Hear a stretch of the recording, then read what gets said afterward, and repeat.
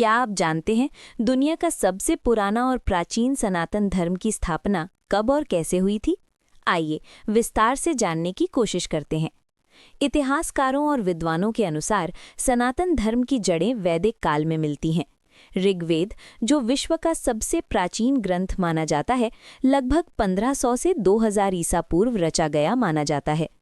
कुछ विद्वान इससे भी पहले लगभग 5000 वर्ष या उससे अधिक समय से इसकी परंपराएं मानते हैं। इसलिए कहा जाता है कि सनातन धर्म की कोई स्थापना तिथि नहीं है, बल्कि ये सभ्यता के साथ साथ विकसित हुआ जीवन दर्शन है। सनातन धर्म की स्थापना कैसे हुई? सनातन धर्म किसी राजा, पैगंबर या एक व्यक्ति द्वारा स्थापित नहीं किया गया। इसकी रचना ऋषि मुनियों के अनुभव, तपस्या और आत्मज्ञान से हुई। ऋषि परंपरा। प्राचीन काल में ऋषि मुनि जंगलों और आश्रमों में तपस्या करते थे। उन्होंने प्रकृति, जीवन, आत्मा और ब्रह्मांड के गहरे सत्य को जाना। इन अनुभवों को उन्होंने श्रुति के रूप में आगे बढ़ाया। वेदों की रचना। इन ऋषियों के ज्ञान से 4 वेद बने: ऋग्वेद, यजुर्वेद, सामवेद और अथर्ववेद। वेदों में ईश्वर, प्रकृति, यज्ञ, जीवन, कर्म और समाज के नियम बताए गए हैं।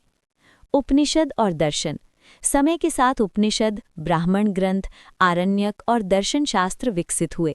इनमें आत्मा, ब्रह्म, मोक्ष, कर्म और पुनर्जन्म जैसे गूढ़ विषयों की व्याख्या की गई। जीवन पद्धति के रूप में विकास। सनातन धर्म केवल पूजा पाठ तक सीमित नहीं रहा, ये जीवन जीने की पद्धति बना। सत्य, अहिंसा, धर्म, कर्म, करुणा, सहिष्णुता। महाकाव्य और पुराण।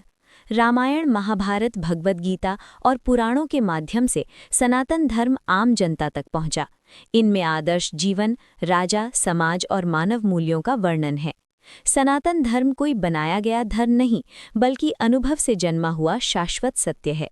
ये समय, स्थान और समाज के अनुसार स्वयं को ढालता रहा है। इसी कारण इसे सनातन कहा गया, जो हमेशा था, है और रहेगा। सनातन धर्म मानव को धर्म, कर्म और मोक्ष के मार्ग पर चलने की प्रेरणा देता है और आज भी करोड़ों लोगों के जीवन का आधार है।